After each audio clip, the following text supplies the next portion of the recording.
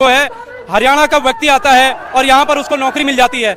यहाँ पर उत्तर प्रदेश का व्यक्ति आता है, वो फर्जी तरीके से यहाँ पर जो है सर्टिफिकेट बना देता है, मूल निवास तक बना देता है। और ये जो नौकरी है ये उत्तराखंड की, जो उत्तराखंड का मूल निवासी है उसकी नौकरी छीनी जा रही है। सबसे बड़ी बात ये है कि जब हम ये मांग उठाते हैं तो हमारी मांगों को दरकिनार किया जाता है। सवाल ये उठता है कि आखिरकार मुख्यमंत्री पुष्कर सिंह धामी क्या उत्तराखंड के हित में, क्या उत्तराखंड के युवाओं की नहीं सुनना चाहते हैं? हमने इनसे आज जो हमारी मुख्यमंत्री कूच की जो रैली है, इस रैली में हमने इनसे डिमांड की है कि 7 साल से जो उत्तराखंड पुलिस कांस्टेबल की विज्ञप्ति नहीं आई थी, आपने जो है 8 साल बाद उसकी विज्ञप्ति निकाली है। कम से कम उसमें उन छात्रों को, उन युवाओं को मौका दो जिनकी उम्र सीमा जा चुकी है।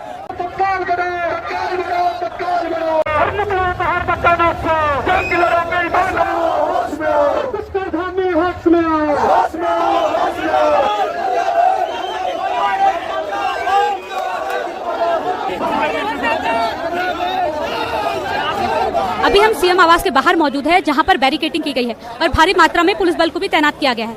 बहुत बड़े जद्दोजहद के बाद और पुलिस बल के साथ धक्का मुक्की के बाद अब यहां पर युवा सड़कों पर बैठ चुके हैं और अपनी मांगों के लिए उनका संघर्ष अभी भी जारी है।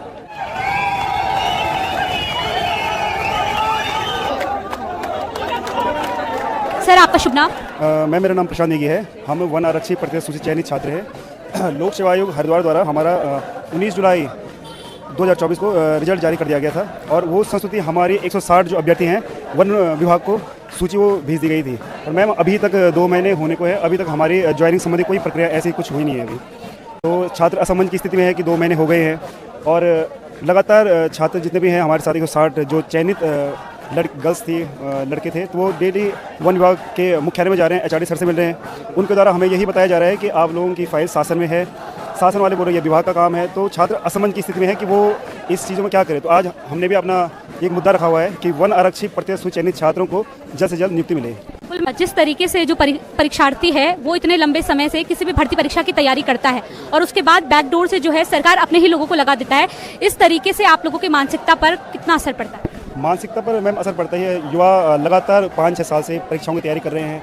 अब ये युवा तो है नहीं कि कोई किसी नेता या किसी उनके खास होंगे कि आप लोग संविदा में लग सकते हैं। सब गरीब तबके के छात्र हैं, पहाड़ों से आते हैं। ऐसा कोई सोर्स नहीं है कि वो लोग अपना किसी के माध्यम से रोजगार प्राप्त कर सके। अपनी मेहनत से तैयारी करते हैं, परीक्षाओं की तैयारी करते हैं, पूरा प्रयास करते हैं जितने अपने से हो सकता है। और सरकार एकदम से ऐसा जीवो ला जाती है कि संविदा वालों को नियमितीकरण कर दे, तो उससे हमारी सीधी भर्ती में काफ़ी नुकसान पड़ेगा। युवा परेशान है, युवाओं की मांगों को माना नहीं जा रहा है। सरकार वादे कुछ और कर रही है, सरकार कुछ दिखा और रही है और वास्तविकता कुछ और है।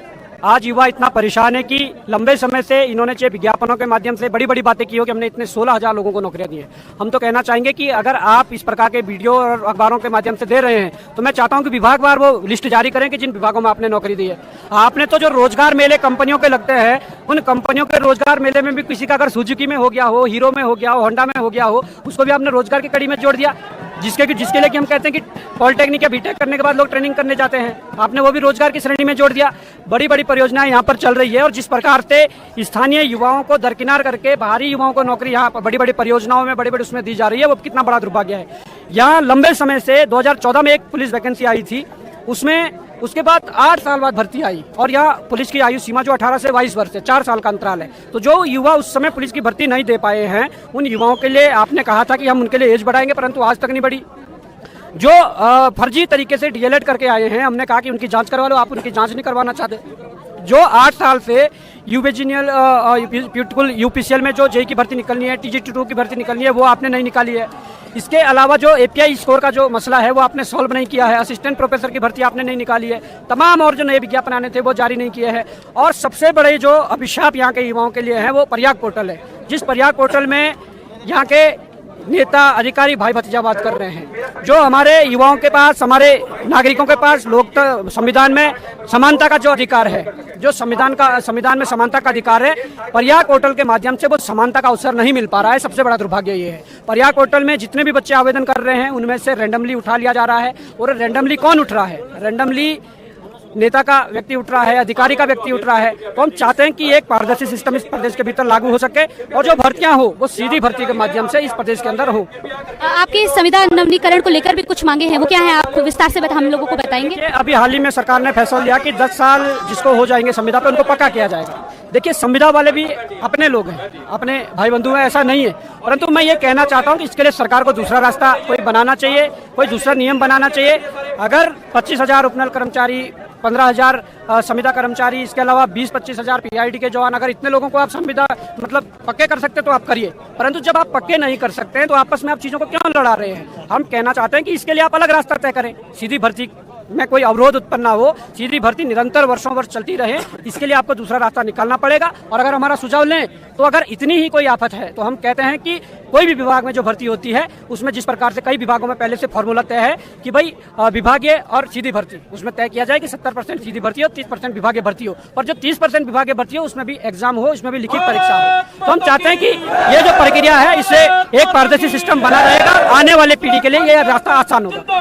जैसे कि दूरस्थ क्षेत्र से आने वाले जो लोग हैं, जो संविदा कर्मी हैं, जिनको 10 से 15 साल हो गए, तो आपका क्या कहना है कि क्या उनको परमानेंट नहीं करना चाहिए? देखिए, उनको परमानेंट करने के लिए हमने कह दिया ना, विभाग के स्तर पर भर्ती निकालिए, विभाग के स्तर पर लिखित परीक्षा हो, उसमें भी तो भाई जो योग्य होगा वो आगे बढ़ना चाहिए। हम तो योग्यता की बात कर रहे हैं, उस मानक की बात करते हैं कि जो भी विभाग के लिए भर्ती निकले 70% सीधी भर्ती के माध्यम से, 30% विभागीय भर्ती के उस पर आप करिए। परंतु आप सबके लिए एक जैसा समाधान कर दोगे और इस संविदा पे या उपनल पे, बैकडोर पे अगर रोक नहीं, आज ही इस संविदा बैकडोर एंट्री पर रोक लगनी चाहिए और जो अभी यहाँ पर जो कार्यरत हैं उनके लिए विभागीय भर्ती के माध्यम से चीजें आगे बढ़ाई जाएगी। सरकार जो ऐसे संघर्षों के बाद आपसे वादे करती है कि वो इन वादों को पूरा करेगी और आप लोगों से मिलकर बातें करेगी, वो अभी तक कितना धरती पर जो है कारगर साबित हो गया? बिल्कुल नहीं हुआ। 20 दिन पहले अभी रैली हुई थी और उसमें आश्वस्त किया गया था युवाओं को कि तुम्हारे डेलीगेशन को सीएम साहब से मिलवाएंगे और मांगों को मनवाया जाएगा। परंतु 20 दिन बाद भी, ये 25 दिन बाद ये चीजें नहीं हुई है तो दोबारा मजबूरन युवाओं को रैली निकालनी पड़ी है। और हम चाहते हैं कि मुख्यमंत्री अगर इतने दरिया दिल हैं और अगर वास्तव में ये बर्थडे गिफ्ट जो है युवाओं को देना चाहते हैं तो इनका डेलीगेशन बुलाए, इनकी मांगों को सुने और उसको अमल पर लाए और कार्रवाई करें। धन्यवाद।